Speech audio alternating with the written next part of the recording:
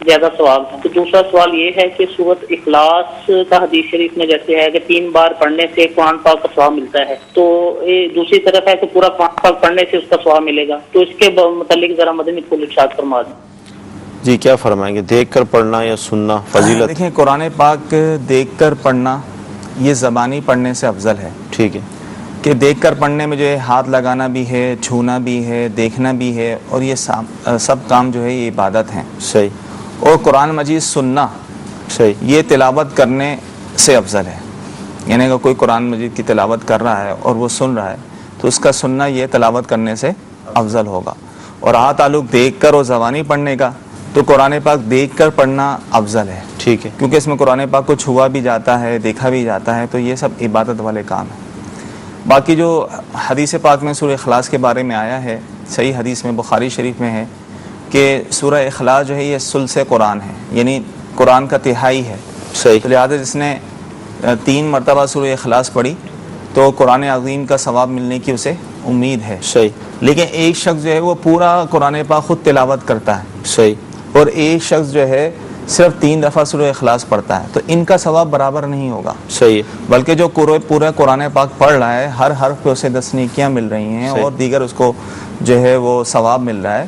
تو پڑھنے کا ثواب ایک الگ ہے جو پورا قرآن پاک پڑھ رہا ہے. صحیح. یہ جو ہے جو صرف 3 دفعہ سورہ اخلاص پڑھے اور کہے کہ میں مجھے اور جو پورا قرآن پاک پڑھ رہا ہے ان کے ثواب برابر ہو جائے, ایسا نہیں ہے. صحیح. پڑھنے کا ثواب الگ ہے, جو پورا قرآن پاک پڑھے گا اسے ہر حرف پر حدیث پاک کے مطابق 10 نیکیاں ملیں گی. ٹھیک ہے نا. باقی یہ جو حدیث پاک میں آیا ہے سورہ اخلاص کا, وہ اپنی جگہ ہے. صحیح. اچھا, یہاں جیسے مساجد میں اعتکاف شروع ہو گیا الحمدللہ, ایک تعداد اپنا ذہن لے کر آتی ہے کہ ہم 3 قرآن پڑھیں گے, 4 قرآن پڑھیں گے. گھروں کے اندر اسلامی بہنیں بھی معتکف ہوئیں اور وہ بھی قرآن پڑھتی ہیں. تو قرآن دیکھا جاتا ہے کہ وہ ہونٹ بھی نہیں ہلتے اور نظر چل رہی ہوتی, تو کیا اس کو پڑھنا کہیں گے؟ دیکھیں پڑھنے کی تعریف میں یہ ہے کہ کم از کم اتنی آواز نکلے کہ آپ کی کانوں تک پہنچ سکے. صحیح. اتنی آواز سے جو ہے وہ پڑھنا چاہیے. جی مزید کالس لیں گے.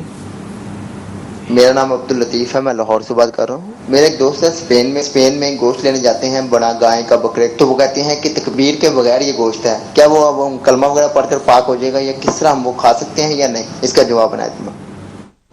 گوشت پاک کرنے کا طریقہ.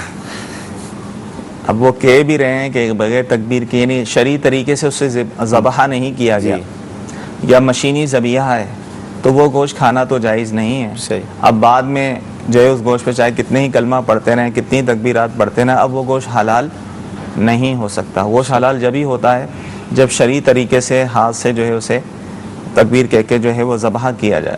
ٹھیک. اگر ایسا نہیں ہے یا مشینی ذبیحے سے جو ہے اس کو ذبح کیا گیا ہے, تو اس طرح وہ گوشت حلال نہیں ہوگا. ٹھیک ہے. کچھ SMS بھی ہم شامل سلسلہ کرتے ہیں. غسل کرنے کے بعد کیا وضو کرنا ضروری ہے؟ دیکھیں کسی نے اگر سنت کے مطابق غسل کر لیا, یعنی پورے جسم پر پانی بہا دیا, کیونکہ جو وضو میں آزاد ہوئے جاتے ہیں وہ غسل میں بھی دھل جاتے ہیں. صحیح. تو اور وضو میں جو ہے وہ نیت شرط نہیں, البتہ سنت ہے. تو لہذا اگر اس نے پورے جسم پہ پانی بہا دیا غسل میں, تو اس کا جو ہے وضو بھی ہو جائے گا. ٹھیک ہے. اچھا, اسی طرح یہ ارشاد فرمائیں کہ جو پانی دھوپ کے اندر گرم کیا جاتا ہے دھوپ کے ذریعے, تو کیا اس سے غسل کرنے میں کوئی شرعاً قباحت ہے؟ دیکھیں وہ صورت میں ہے کہ سونے چاندی کے علاوہ کسی اور دھات میں, وہ گرم ممالک میں گرم موسم میں اگر وہ ہوا ہے تو اس سے جو ہے وہ غسل نہ کیا جائے. باقی ویسی جو لائن کا پانی گرم ہو جاتا ہے ویسی گرم ہو جاتا ہے تو اس میں وضو کرنے میں حرج نہیں. ٹھیک. جی مزید کالس لیں گے. مفتی صاحب کی بارگاہ میں عرض ہے کہ جو اگر فرض و نماز کی جماعت میں یا تراویح کی نماز کی جماعت میں اگر کوئی بچہ داخل ہو جائے, نابالغ بچہ, تو کیا صف کا ثواب ملے گا یا نماز ہو جائے گی؟ اچھا, بچوں کے حوالے سے میں مزید ان کے سوال میں یہ ایڈ کروں گا کہ والدین جو والد صاحب یا بڑے بھائی لے کر آتے ہیں بڑے متشدد ہوتے ہیں, وہ تھوڑا سا بھی آگے پیچھے کریں تو ان کو جلال آ جاتا ہے. اور آج کل جیسے طاق راتیں شروع ہو گئی ہیں تو بچوں کا بھی رش مطلب نظر آتا ہے. کیا فرمائیں گے آپ؟ دیکھیں نابالغ بچے 2 طرح کے ہیں. ایک وہ بچے جو نماز پڑھنا جانتے ہیں, صحیح, نماز کو سمجھتے ہیں, وہ پتہ بھی چل جاتا ہے دیکھنے سے نماز پڑھ رہے ہوتے ہیں. اور ایک نابالغ اتنے ناسمجھ بچے ہوتے ہیں تو دیکھ رہے ہوتے ہیں, نماز کی ان کی کوئی تمیز نہیں ہوتی, نماز پڑھنا انہیں نہیں آتی. تو اس طرح ناسمجھ بچہ جو ہے جسے نماز پڑھنا نہیں آتی, وہ اگر صف میں کھڑا ہوگا تو اس کے صف میں کھڑے ہونے کی وجہ سے قطع صف کی صورت لازم آئے گی, جو کہ جائز نہیں ہے. صحیح. قطع صف. تو اس صورت میں اس بچے کو ہٹایا جائے گا, جو قادر ہے ہٹانے پر وہ ہٹائے. اور اگر جو ساتھ اپنے بچے لے کر آئے ہیں ایسے ناسمجھ بچے, وہ اگر ہٹانے نہیں دیتے تو وہی گناہ گار ہوں گے. صحیح. کہ اس بچے کی وجہ سے قطع صف ہو رہی ہے, کہ اس کی نماز ہی نہیں ہے, گویا کہ وہاں کوئی کھڑا ہی نہیں ہے. صحیح. تو قطع صف کی وجہ سے وہ لانے والا گناہ گار ہوگا. اور اگر ایسا بچہ ہے اگرچہ نابالغ ہے لیکن نماز پڑھنا جانتا ہے تو اس کی نماز ہے. اگر اس نے نماز شروع کر دی ہے, مردوں کے درمیان ہی کھڑا ہو گیا ہے, تو اب اس کو ہٹانا جائز نہیں ہے. صحیح. بعض لوگ اس طرح کرتے ہیں ان کو بھی ہٹا رہے ہوتے ہیں, تو یہ جائز نہیں ہے, کہ ان کے کھڑے ہونے کی وجہ سے نماز میں کوئی خلل واقع نہیں ہوگا, کوئی کراہت بھی لازم نہیں ہوگی. ایک بچہ ہو تو ویسے کھڑا ہو سکتا ہے, ہاں ایک سے زیادہ بچے ہوں تو ان کی صفوں کو جو ہے وہ سب سے آخر میں بنایا جائے. صحیح. اور یہ جو صفوں کی ترتیب ہے کہ پہلے جو ہے مردوں کی صفیں ہوں پھر بچوں کی صفیں ہوں, یہ کوئی فرض نہیں ہے. صحیح. یہ جو ہے یہ سنت ہے, یعنی اس کے چھوڑنے سے کوئی نماز میں فساد نہیں ہوگا. اگر بچوں کی صف آگے بھی بن گئی, پیچھے مردوں نے صف بنا لی, تو ان کی نماز ہو جائے گی. صحیح. البتہ ایسے بچے کھڑے ہوئے ہیں جو ناسمجھ ہیں, جن کی نماز نہیں ہے, جو نماز پڑھنا نہیں جانتے, تو ان کو پیار سے ہٹا دیں, کہ ان کی موجود کی وجہ سے جو ہے وہ قطع صف ہو رہی ہے. اگر نہیں ہٹا سکتے, وہ لانے والے جو ہے برا مانتے ہیں, تو وہ جو لے کر آئے وہ گناہ گار ہو. جی ویڈیو سوال لیں گے ہم.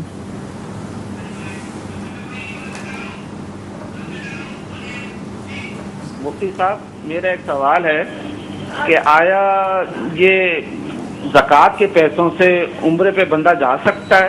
تو اس کے بارے میں رہنمائی فرمائیے. زکوٰۃ کے پیسوں سے عمرے پہ جانا, دیکھیں اول تو یہ عمرہ یا حج کے لیے سوال کرنا جائز نہیں ہے. ٹھیک ہے. ٹھیک ہے نا. اگر کوئی کسی کو عمرے پر بھیجتا ہے زکوٰۃ کے پیسوں سے, اس طرح بھیجتا ہے, خود ہی سارے انتظامات کر رہا ہے, اس کے ہاتھ میں پیسے نہیں دے رہا, تو اس طرح جو ہے وہ زکوٰۃ ادا نہیں ہوگی. ٹھیک. اس طرح کسی کو بھیج دیا عمرے پہ تو زکوٰۃ ادا نہیں ہوگی. ہاں اگر وہ رقم کا اس کو مالک بنا دیا, صحیح, اتنی رقم کا اسے مالک بنا دیا, اور پھر اس رقم سے جو ہے وہ عمرہ ادا کرتا ہے, تو اس کی زکوٰۃ ہو جائے گی. صحیح. جبکہ وہ مستحق زکوٰۃ ہو.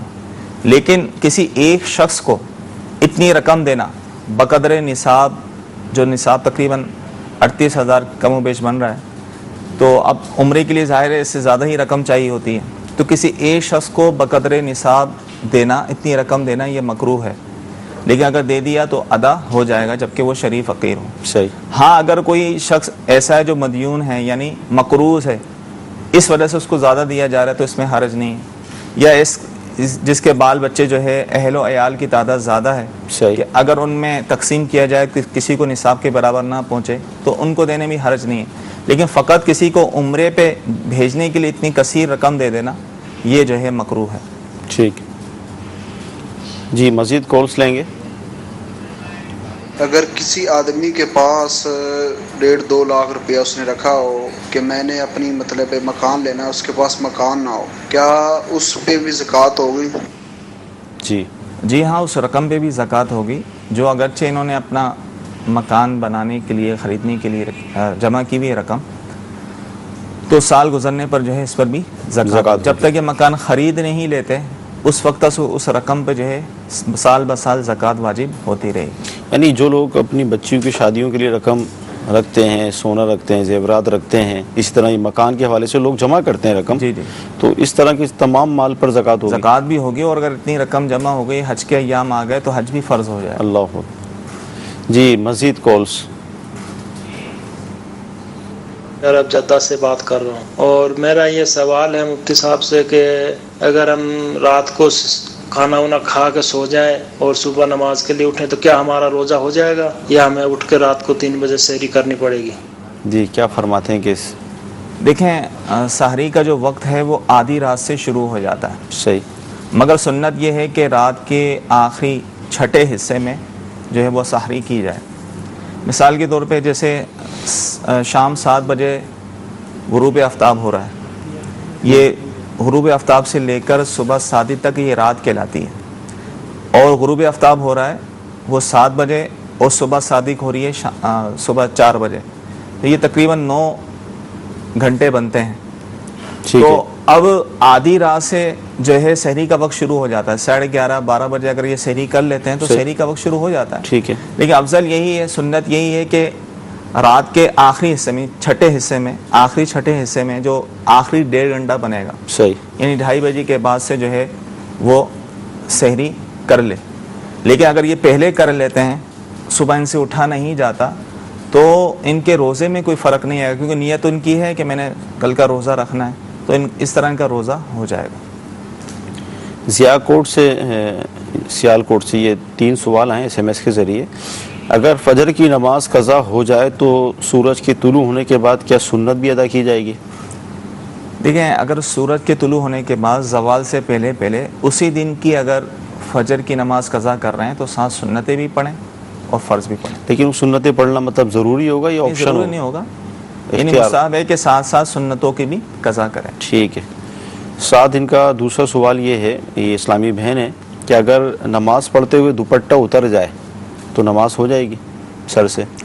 اگر فوری طور پہ درست کر لیا گیا 3 سبحان اللہ کہنے کی مقدار سے پہلے، ٹھیک ہے، ایک رکن کی مقدار سے پہلے جو ہے اگر انہوں نے فوراً صحیح کر لیا پھر تو ٹھیک ہے، اور اگر جو ہے ایک رکن کی مقدار تک وہ سر پہ دوپٹہ نہ رہا تو اس صورت میں نماز نہیں ہوگی، ٹوٹی۔ اگرچہ جواب تو مل گیا ان کو، لیکن تیسرا سوال انہوں نے یہ بھیجا ہے کہ گھر میں کوئی مرد اگر نہ ہو تو بغیر دوپٹے کے نماز ہو جائے گی؟ دیکھیں، یہ دوپٹے کا یہ جو حکم ہے یہ غیر محرم اس کے حوالے سے نہیں ہے، چاہے کوئی تنہائی میں بھی نماز پڑھ رہی ہو، اندھیرے میں پڑھ رہی ہو، گھر میں کوئی بھی نہ ہو، بند کمرے میں نماز پڑھ رہی ہو، تو اس کے لیے بھی یہی حکم ہے کہ وہ سر کے بالوں کو چھپائے گی، ٹھیک ہے، جسم کے حصے کو چھپائے، صرف منہ کی ٹکلی یہ کھلا رہے گا، ہتھیلیاں اور پاؤں، ٹھیک ہے، پاؤں کے جو پیر ہیں وہ کھلے رہیں گے، باقی پورے جسم کو ڈھانپنا ہی ضروری ہے۔ یہ ستر مطلب ستر ہے نا، ستر عورت میں شامل ہے۔ ٹھیک ہے جی، مزید کال لیں گے۔ محمد اویس اور میں جھیلم سے بات کر رہا ہوں۔ میرا مفتی صاحب سے یہ سوال ہے کہ عورتیں 8 یا 10 تراویح پڑھ سکتی ہیں یا نہیں؟ جی، اسلامی بہنیں تراویح کتنی پڑھیں گی؟ دیکھیں، مرد و عورت دونوں کے لیے یہی حکم ہے کہ 20 رکعتیں نماز تراویح پڑھیں گی، کیونکہ 20 رکعتیں جو ہے نماز تراویح پڑھنا یہ سنت موقدہ ہے، لہذا عورتیں بھی جو ہیں وہ 20 رکعتیں ہی تراویح پڑھیں۔ اچھا، اسلامی بہنیں جو تراویح پڑھیں گی اگر وہ حافظہ نہ ہو، ان کو قرآن مکمل یاد نہ ہو، یا قرآن 1-2 صورتیں یاد ہوں، تو وہ پھر کیا کریں؟ وہی پڑھتے رہیں جو صورتیں یاد ہیں، وہی پڑھتے رہیں۔ جی، مزید کالز۔ پتہ چل جائے کہ طلاق ہو گئی ہے بچی کو، تو اس کے کتنا عرصہ بعد بچی کا دوبارہ نکاح کیا جا سکتا ہے؟ جی، طلاق ہونے کے بعد لڑکی کب نکاح کرے؟ عدت گزرنے کے بعد۔ عدت کی اور عدت کی تفصیل یہ ہے کہ اگر تو بچی حمل سے ہے، وہ لڑکی حمل سے ہے، تو بچہ پیدا ہونے تک اس کی عدت ہوگی، اب وہ چاہے کتنے ہی دن لگ جائیں۔ صحیح۔ اور اگر وہ حمل سے نہیں ہے اور اسے حیض آتا ہے، حائضہ عورت جس کو ماہانہ ماہواری آتی ہے، ٹھیک ہے، تو ان کی عدت جو ہے وہ 3 حیض ہے۔ اب اس میں دن کی قید نہیں ہے، 3 حیض چاہے 3 مہینے میں گزرے ہیں، 3 مہینے سے پہلے بھی گزر سکتے ہیں، 3 مہینے سے زیادہ بھی لگ سکتے ہیں۔ اور جس کو حیض نہیں آتا اس وجہ سے کہ بھی بہت چھوٹی حیض آنا شروع ہی نہیں ہوا، صحیح، یا بوڑھی ہو چکی ہے، 55-60 سال عمر ہو چکی ہے، اب حیض نہیں آتا، ایسے مایوس ہو چکی ہے، تو اس صورت میں ایسی عورت کی عدت ہوتی ہے 3 ماہ۔ صحیح۔ تو عدت گزرنے کے بعد ہی یہ نکاح کر سکتی ہے، جبکہ وہ طلاق جو ہے رخصتی اور خلوت کے بعد ہوئی ہو۔ ٹھیک ہے جی، مزید کالز۔ میں روزہ افطاری کے وقت اپنے موبائل میں آن لائن مدنی چینل آن کرتا ہوں، اس کی اذان کے حساب سے روزہ افطار کرتا ہوں، جبکہ میرے ایریے کی مسجدوں میں اذان ہو چکی ہوتی ہے، 1-8 منٹ کا فرق ہے، تو اس میں اذان سے کوئی مسئلہ تو نہیں ہے؟ دیکھیں، اس کا اعتبار اذان کا تو اعتبار کرنا ہی نہیں چاہیے، مدنی چینل پر بھی جو افطار کیا جاتا ہے وہ اذان سے پہلے ہی کیا جاتا ہے۔ صحیح۔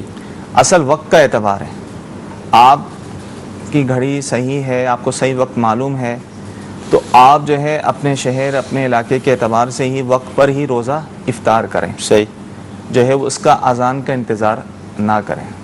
اب مثال کے طور پہ مدنی چینل پر اذان ہوتی ہے باب المدینہ کراچی کے حساب سے، جی جی، ابھی حیدرآباد میں مدنی چینل دیکھ رہے ہیں تو وہاں تو 10 منٹ پہلے افطار ہو جاتا ہے، بالکل فرق پڑے گا اس لیے کہ میں نے کہا کہ اپنے شہر کے اعتبار سے ہی یہ کریں گے۔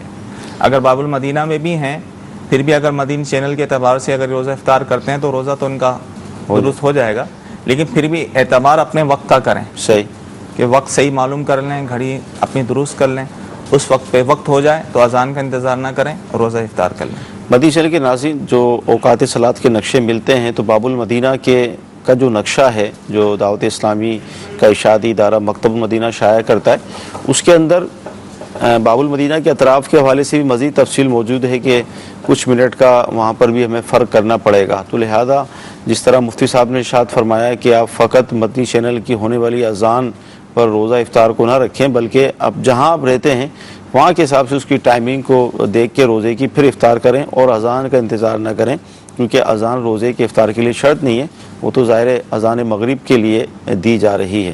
جی مزید کورس لیں گے ہم۔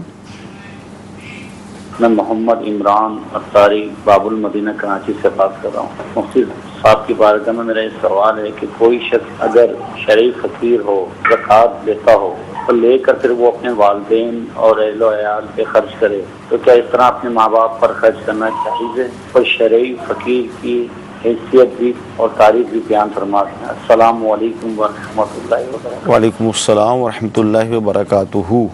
یعنی زکوٰۃ پہ قبضہ کر لے پھر اپنے والدین کی خدمت کرے۔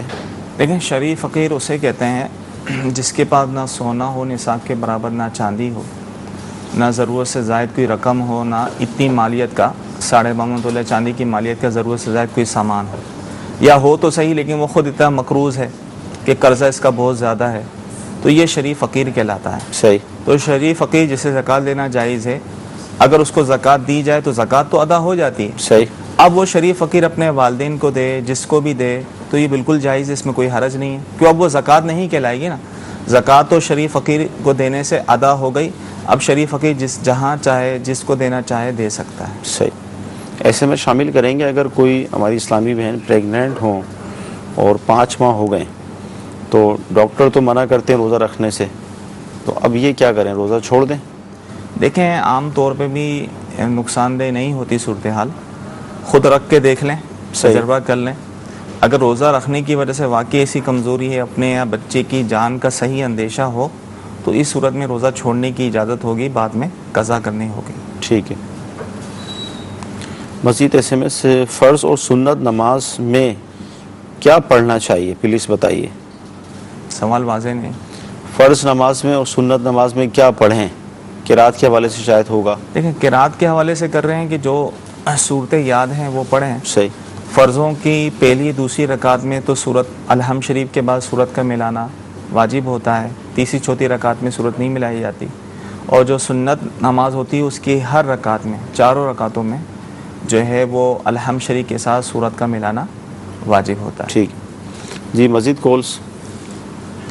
میں یہ سوال پوچھنا چاہتا تھا کہ نمبر کھیلتا ہوں، جو پرائز بونڈ کے نمبر ہوتے ہیں نا وہ میں کھیلتا ہوں، تو وہ کھیل سکتا ہے یا نہیں کھیل؟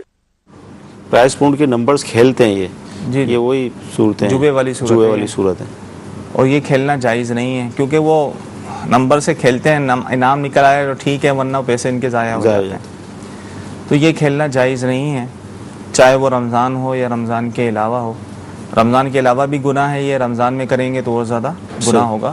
پرائز بونڈ تو جائز ہیں کہ پرائز بونڈ آپ نے خرید لیا، اس پر انعام نکل گیا، لیکن اس طرح نمبر کی جو خرید و فروخت ہوتی ہے یہ جائز نہیں ہے۔ اچھا، اسی طرح ہمارے موبائل میں آئے دن کوئی نہ کوئی SMS آ رہا ہوتا ہے کہ آپ اس میں شامل ہو جائیں، اگر آپ کو اتنا انعام ملے گا اور اتنے پیسے آپ کے کٹ جائیں گے۔ ہاں، یہ صورت بھی جائز نہیں ہے کہ اس سوال کا آپ جواب دیں، ہاں، کو قرآن اندازی میں آپ کو یہ ملے گا وہ ملے گا اور اتنے آپ کے پیسے کٹیں گے، تو یہ صورت بھی جائز نہیں ہے۔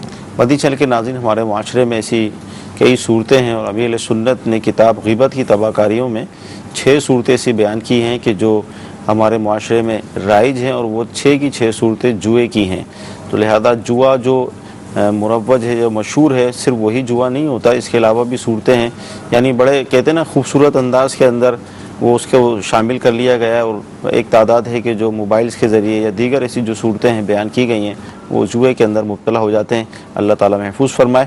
جی مزید کال۔ تیمور احمد جکما باتیں گنج۔ مفتی صاحب سے سوال ہے کہ روزے کی حالت میں بندہ وہ ناخن وغیرہ کاٹ سکتا ہے اور اس کے ساتھ ساتھ بال کٹوا سکتا ہے؟ روزے کی حالت میں ناخن کٹوانا، بال کٹوانا، سرما لگانا، غسل کرنا؟ روزے کی حالت میں ناخن کاٹ سکتے ہیں اور بال بھی صاف کر سکتے ہیں، غیر ضروری جو بال ہوتے ہیں، سر کے بال بھی کٹوا سکتے ہیں، اور اس میں کوئی حرج نہیں ہے، یعنی روزے میں کوئی فرق نہیں پڑتا۔ سرما لگانے سے روزہ نہیں ٹوٹتا، غسل کرنے سے بھی نہیں ٹوٹتا۔ صحیح۔ اور غسل بار بار کرنا جائز ہے، اس میں کوئی حرج نہیں۔ ٹھیک۔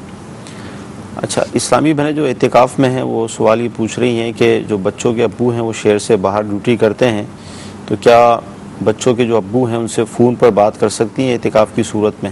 جی ہاں، ضرورتاً بات کر سکتی ہیں، کوئی حرج نہیں۔ جی مزید کال۔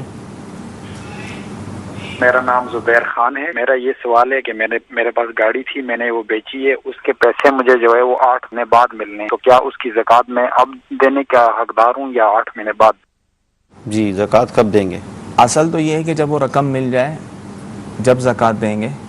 اگر ان کا سال پورا ہو چکا ہے، یعنی پہلے سے اگر یہ صاحب نصاب ہیں، اس کا سال ہو چکا ہے، اب مزید جو پیسے ان کو بعد میں ملنے ہیں، تو ابھی سے اگر ان کا زکوٰۃ نکالنا چاہیں تو اچھی بات ہے، ورنہ جب وہ ملیں گے پیسے جب زکوٰۃ نکالنا لازم ہو۔ ٹھیک۔ جی مزید کال۔ میرا جی مفتی صاحب سے یہ سوال ہے کہ اگر کسی نے داڑھی نہیں رکھی تو وہ اذان یا تکبیر کہہ سکتا ہے؟ اذان یا تکبیر کہنے کے لیے جیسے جس کی داڑھی جو نہ رکھتا ہو، یعنی کٹاتا ہو، حد شرع سے کم کٹاتا ہو، تو ایسا شخص فاسق کہلاتا ہے۔ ٹھیک۔ تو فاسق کی اذان و اقامت کہنا یہ مکروہ ہے۔ ٹھیک۔ بلکہ فقہاء نے یہاں تک فرمایا کہ فاسق نے اذان دے دی ہے تو اس کی اذان کا اعادہ کرنا، یعنی دوبارہ دینا، یہ مستحب ہے۔ صحیح۔ تو لہٰذا جو فاسق ہوں، یعنی داڑھی منڈاتے ہوں، حد شرع سے کم گھٹاتے ہوں، تو ان سے اذان و اقامت نہیں کہلوانی چاہیے۔ صحیح۔ جی مزید کال۔ دعا مانگنے کا کیا طریقہ؟ دعا مانگنے کا کیا؟ دعا مانگنے کا یہ طریقہ ہے کہ یکسوئی کے ساتھ نگاہیں نیچی کیے، دونوں ہاتھوں کو جو پھیلا کر دعا کریں۔ بعض لوگ اس طرح دعا کرتے ہیں، بہتر طریقہ یہی ہے کہ مصحف کے ہاتھوں کو کھول کے اس طرح دعا کریں، یا تو سینے کے سیدھ میں رہیں، یا کندھے کے سیدھ میں رہیں، یا چہرے کے سیدھ میں، یا اتنے بلند ہو جائیں کہ بغل کے سفیدی نظر آ جائے۔ چاروں صورتوں میں ہتھیلیاں جو ہے آسمان کی طرف بلند کریں کہ جو اس کا قبلہ جو ہے آسمان ہی ہے، تو اس صورت میں دعا مانگی جائے۔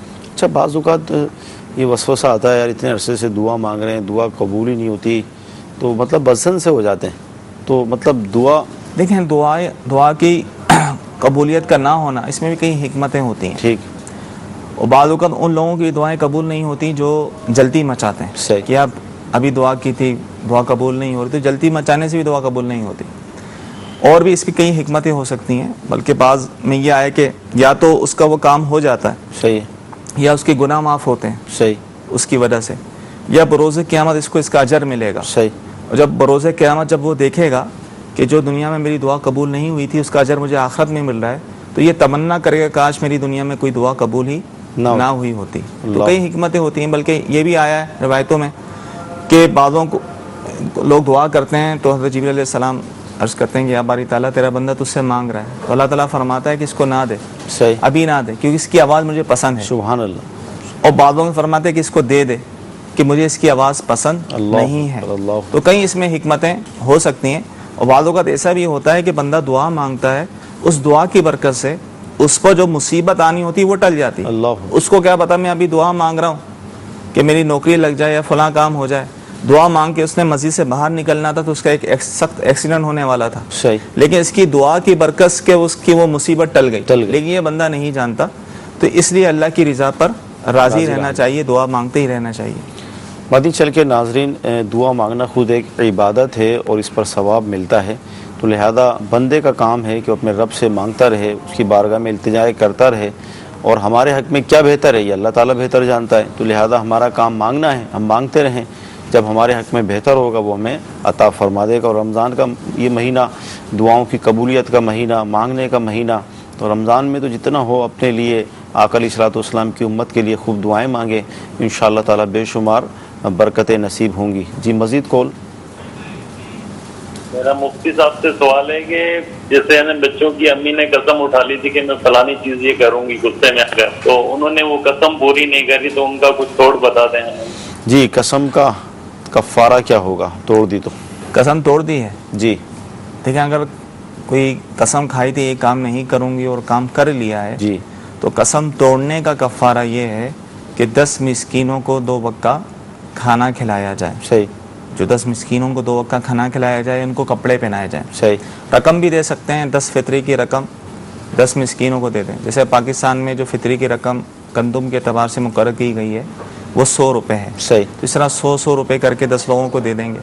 اگر یہ نہیں کر سکتے، اتنے پیسے نہیں، اتنی استطاعت نہیں ہے، تو پھر لگاتار 3 روزے رکھنے ہوں گے۔ صحیح۔ اچھا، یہ اگر کوئی کپڑے دینے پر یا کھانے پر قادر نہ ہو تو پھر وہ روزے رکھے؟ جی جی، پے در پہ رکھے گا یا گیپ دے گا؟ پے در پہ، یعنی لگاتار 3 روزے اسے رکھنے ہوں گے۔ اگر تو انہوں نے ان کی قسم ابھی نہیں ٹوٹی، صحیح، تو ظاہر ہے جب تک ٹوٹے گی نہیں کفارہ نہیں ہے۔ صحیح۔ یہ کفارہ ہے قسم توڑنے، پتہ چلے پہلے انہوں نے کفارہ دے دیا پھر قسم توڑ دی، صحیح، تو پھر دوبارہ سے کفارہ دینا ہوگا۔ صحیح۔ تو یہ قسم توڑنے پر کفارہ ہے کہ 10 مسکینوں کو کھانا کھلائے یا ان کو کپڑے پہنائے، اگر استطاعت نہیں ہے تو لگاتار 3 روزے رکھے۔ صحیح۔ اچھا مفتی صاحب، جیسے اعتکاف الحمدللہ شروع ہو گیا، اب صلاۃ و تسبیح کی نماز اللہ تعالیٰ کی رحمت سے اس کا رجحان پایا جاتا ہے، تو اس کا وقت کیا ہے؟ کب پڑھیں رات میں؟ یہ 11 بجے پڑھیں، 12 بجے پڑھیں، سحری کے وقت پڑھیں؟ رات میں پڑھنے کی کوئی کہ نہیں، کیونکہ رات میں کوئی مکروہ وقت تو آتا ہے نہیں، ٹھیک، جب چاہیں پڑھ سکتے ہیں۔ ہاں جب فجر کا وقت شروع ہو جائے، یعنی سحری کا وقت ختم ہوتا ہے تو فجر کا وقت شروع ہو جاتا ہے، تو اب صلاۃ و تسبیح نہیں پڑھ سکتے، کیونکہ فجر کا وقت شروع ہو جائے تو فجر کا وقت سے لے کر طلوع آفتاب تک، سورج طلوع ہونے تک 2 سنت کے علاوہ اور کوئی نفل پڑھنا جائز نہیں ہے۔ دن میں بھی پڑھ سکتے ہیں، افضل ہے دن میں پڑھنا۔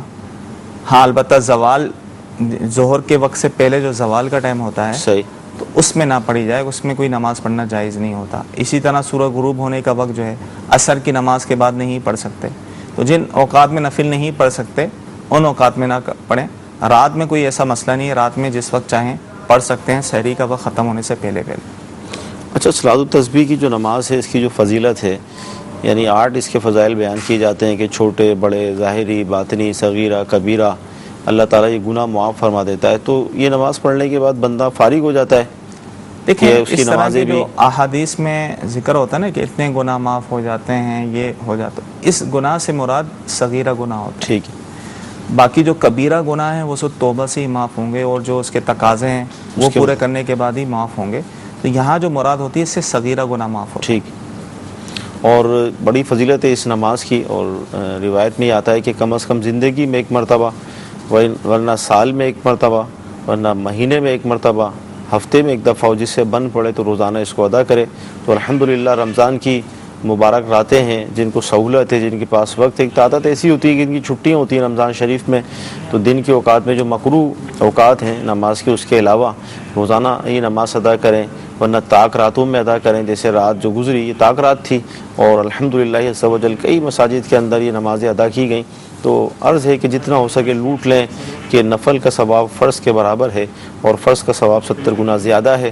رمضان کا یہ مبارک مہینہ اللہ کی رحمت سے ہمیں نصیب ہوا، آئندہ نصیب ہوگا اس کی کوئی گارنٹی نہیں۔ اب جو دن باقی رہ گئے جتنا ہو سکے اس میں اللہ تعالیٰ کی عبادت کریں، ذکر اللہ کریں، درود پاک پڑھیں، نوافل پڑھیں، قرآن کی تلاوت کریں، اور خوب نیکیاں حاصل کریں۔ اللہ ہمیں توفیق عطا فرمائے۔ جی مزید کورس لیں گے۔ اگر نماز کے دوران جو تسبیح ہم پڑھتے ہیں اللہ اکبر ربنا ولک الحمد، اگر یہ پڑھنا کوئی شخص بھول جائے تو کیا اس کی نماز پہ کچھ فرق پڑے گا؟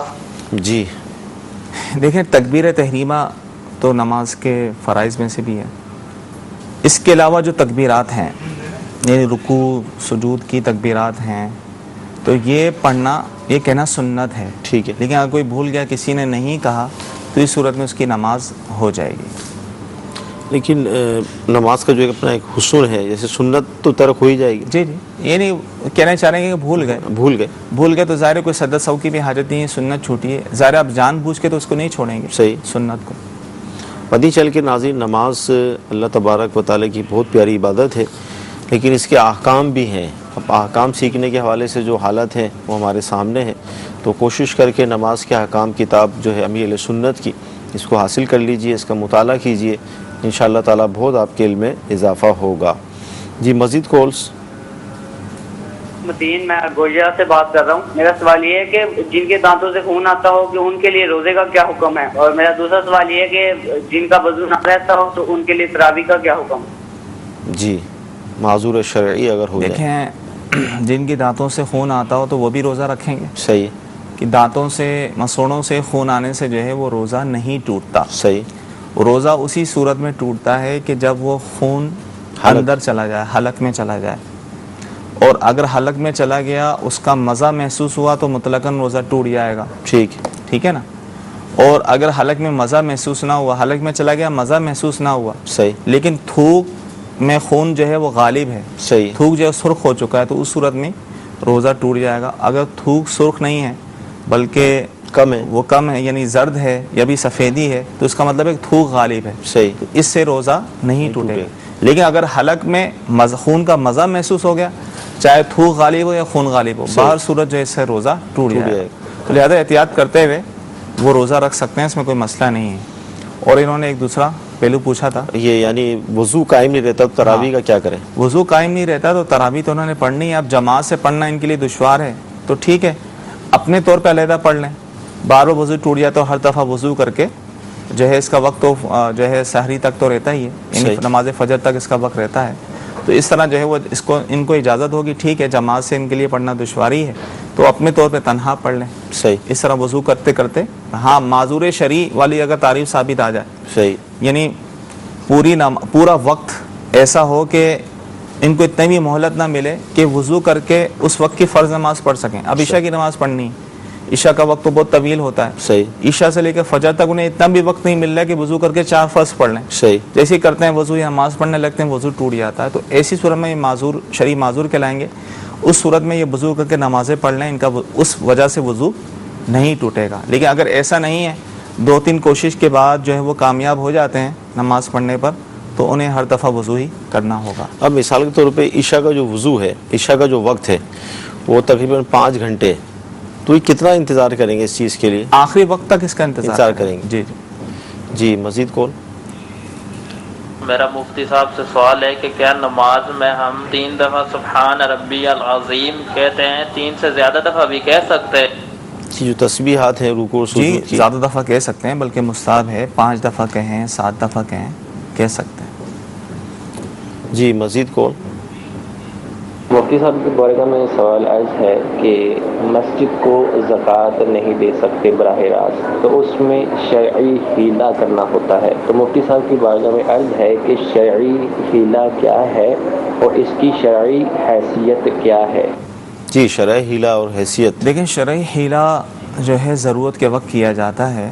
اب کہیں مسجد تعمیر ہو رہی ہے، اتنا پیسے نہیں ہیں، اتنا چندہ نہیں ہو پا رہا، اور زکوٰۃ کے پیسے ہیں، لوگ زکوٰۃ کے پیسے دینا چاہ رہے ہیں، تو ظاہر ہے ڈائریکٹ تو نہیں لگ سکتے، مسجد کی تعمیرات میں بھی زکوٰۃ کے پیسے نہیں لگ سکتے، تو اس کا شرعی حیلہ کیا جاتا ہے کہ زکوٰۃ جو ہے وہ شریف فقیر کو، مستحق زکوٰۃ کو زکوٰۃ دے دیں گے۔ اب شریف فقیر کو زکوٰۃ دے دی، اب ان سے کہہ دیا حضرت وہ فلاں جگہ مسجد تعمیر ہو رہی ہے، آپ وہاں جو ہے پیسے دے دیجئے، پھر وہ شریف فقیر جو ہے وہاں مسجد میں پیسے دے دے، تو وہ مسجد جو ہے وہ تعمیرات میں لگا سکتے ہیں۔ تو اس طرح کیونکہ دینے والے کی زکوٰۃ بھی ادا ہو گئی، شریف فقیر کو اس نے زکوٰۃ دے دی، اس طرح مسجد کو بھی چندہ مل گیا۔ اس طرح یہ شرعی حیلہ کر کے کر سکتے ہیں، اور شرعی حیلے کی اجازت وہ ضرورتاً ہے، صحیح ہے، ہر کام کے لیے شرعی حیلے کی اجازت نہیں ہوتی۔ ٹھیک ہے، جو چندہ کرتے ہیں ہمارے اسلامی بھائی، ان کے لیے امیر اہل سنت نے چندے کے بارے میں سوال جواب یہ کتاب مرتب فرمائی ہے، بہت ضروری ہے اس کا پڑھنا، کیونکہ چندے کی جو شرعی حیثیت ہے، جو اس کے مقاصد ہیں، جو اس کا استعمال ہے، اس کا بھی پورا ایک نظام ہے جو شریعت نے مقرر کیا۔ تو جتنے بھی اسلامی بھائی جو اسی تنظیمیں جو اس طرح کا کام کرتی ہیں، تو ان کو بھی چاہیے کہ وہ اس کا مطالعہ کریں، کہیں ایسا نہ ہو کہ ثواب کی لیے کام کرنے نکلے تھے اور لا علمی کی وجہ سے گناہ کر کے پلٹیں، تو اس کتاب کا اول تاخیر لازمی مطالعہ کر لیں۔ جی مزید کال؟ بلال نام ہے میرا، لاہور سے بات کر رہا ہوں. پینٹ شرٹ میں نماز پڑھی جا سکتی ہے کہ نہیں؟ اگر وہ ٹخنوں سے نیچے ہو آپ کی پینٹ جا رہی ہے تو اس صورت میں نماز پڑھنے کے بارے میں کیا ہوگا حکم؟ پینٹ شرٹ میں بھی نماز ہو جاتی ہے جی. اب ٹخنوں سے نیچے پانچے ہوں تو ظاہر اتنے لمبے پانچے نہیں ہونے چاہیے، ٹخنے ظاہر ہونے چاہیے. لیکن اگر ان کو ٹخنے ظاہر کرنے کے لیے ان کو فولڈ کرنا پڑتا ہے تو پھر فولڈ نہ کریں، کیونکہ حدیث میں فولڈ کرنے کی، کپڑوں کو موڑنے کی ممانعت آئی ہے. اور نماز میں کپڑوں کو فولڈ کرنا یہ مکروہ تحریمی یعنی گناہ ہے. اس حالت میں نماز پڑھ لی تو لوٹانا واجب ہوتا ہے. تو لہذا اگر بغیر موڑے اوپر نہیں ہوتا تو ایسے ہی رہنے دیں. ایسے بھی رہنا برا ہے، اگرچہ یہ مکروہ تنزیہ اور نماز میں خلاف اولا ہوگا لیکن گناہ نہیں ہوگا. تو اگر جو ہے ٹخنے جو ہے پانچے جو ہے وہ بڑے ہیں تو اس کو فولڈ نہ کیے جائیں، اسے ایسے ہی رہنے دیا جائے. اور آئندہ کے لیے پھر یہ ہے پانچوں کے اس طرح کی ترتیب بنائیں کہ ٹخنے جو ہیں وہ ظاہر رہیں. مدنی چینل کے ناظرین، اعتکاف شروع ہو چکا، اعتکاف کیا جا رہا ہے، لیکن اعتکاف کے احکام سیکھنے کے حوالے سے الحمدللہ فیضان رمضان کتاب موجود ہے، اس کے اندر باب موجود ہے، اس کا مطالعہ کریں. اچھا، اسلامی بہنیں جو اعتکاف کرتی ہیں گھروں میں، اب وہ ایک جگہ مخصوص کر لیتی ہیں کہ بھئی یہ مسجد بیت ہے اور اس کے اندر اعتکاف کرنا ہے، تو کیا وہ اپنے کسی ضروری کام سے، یا وہ گھر کا جو پورا مثال 2-3 کمروں پر مشتمل وہ گھر ہے تو کیا پورے گھر میں آنا جانا کر سکتی ہیں؟ کچن کے جو کام ہیں اس میں کیا وہ ہاتھ بٹا سکتی ہیں اعتکاف کے دوران؟ دیکھیں، اعتکاف اسلامی بہنیں جو گھروں میں کرتی ہیں، جو جگہ نماز کے لیے مخصوص کی ہوتی ہے اسے مسجد بیت کہتے ہیں، اور اسی جگہ پر ہی اعتکاف کرنا ہوتا ہے. اس جگہ سے اگر بلا ضرورت نکلیں گی تو ان کا اعتکاف ٹوٹ جائے گا. ٹھیک ہے. ضرورت یہ ہے ان کو وضو کی حاجت ہے، نہانا فرض ہو گیا، واش روم وغیرہ کی حاجت ہے، تو اس صورت میں انہیں باہر نکلنے کی اجازت ہوگی. کچن میں جانے کی اجازت نہیں ہے. جب گھر میں اور بھی خواتین موجود ہیں کام کاج کرنے والی تو پھر انہیں جو ہے وہ کچن میں جانے کی اجازت نہیں ہو. ہاں بالفرض گھر میں کوئی نہ ہو، صحیح، کھانا لانے والا کوئی نہیں ہے تو کچن میں جا کے وہ جو ہے کھانا لے کے اپنی جگہ پہ آ کے کھا سکتی ہیں. صحیح. اس طرح تو صورت ہے. ورنہ اگر اور گھر میں موجود ہیں، پکانے والیاں بھی موجود ہیں تو پھر انہیں نکلنے کی اجازت نہیں ہوگی. اچھا، اعتکاف مثال طور پہ آج پہلا دن ہے ہمارا اعتکاف کا، تو 3-4 دن گزرے، کسی وجہ سے اعتکاف ٹوٹ گیا، تو اب اعتکاف ٹوٹنے کے بعد کیا کریں؟ اس کی قضا کی کیا صورت ہوگی؟ 3 دن کی قضا کریں، 5 دن کی قضا کریں؟ دیکھیں، اعتکاف اگر ٹوٹ جائے نا تو پھر 1 دن کی قضا ہوتی ہے. اچھا، 10 دن کی قضا نہیں ہوتی. اب کسی کا کسی وجہ سے اعتکاف ٹوٹ گیا، یعنی جو پابندیاں تھیں اس سے جو ہے وہ نہ ہو سکیں، صحیح، اور وہ حدود سے باہر نکل گیا، بھولے سے یا جان بوجھ کے نکلے گا تو ظاہر گناہ گار ہوگا. تو اعتکاف کی قضا وہ 1 دن کی ہے. ابھی رمضان کے دن باقی ہیں، صحیح، تو 1 دن کی قضا کی نیت سے بیٹھ جائے. اس کا طریقہ یہ ہے کہ مغرب سے پہلے جائے اعتکاف میں چلا جائے. صحیح. مرد جو ہے وہ مسجد میں چلا جائے. صحیح. عورتیں مسجد گھر کے اندر مسجد بیت میں چلی جائیں. صحیح. اور قضا کی نیت سے بیٹھ جائیں. اگلے دن کا ظاہر روزہ بھی ہوگا، اگلے دن مغرب تک وہ بیٹھی رہیں، تو اس طرح 1 دن کی ان کی قضا ہو جائے گی. اور اگر رمضان کے دن باقی نہ ہو تو پھر رمضان کے بعد 1 دن کی قضا روزہ رکھ کے کرنی ہوگی. مدنی چینل کے ناظرین، سلسلہ ہوا، بہت اہم گفتگو ہوئی، اعتکاف کے حوالے سے، زکوٰۃ کے حوالے سے، نماز کے حوالے سے بھی سوالات کو شامل کیا گیا. آپ سلسلے دیکھتے رہیں، انشاءاللہ آپ کے علم میں اضافہ ہوتا رہے گا. کل پھر حاضر ہوں گے. اللہ تعالیٰ کی بارگاہ میں دعا ہے کہ اللہ تعالیٰ آج کا ہمارا سلسلہ اپنی بارگاہ میں قبول فرمائے، جو سنا ہے، جو سیکھا ہے، اس پر عمل کرنے کی توفیق عطا فرمائے. آمین. صلو علی الحبیب صلی اللہ تعالی علی محمد.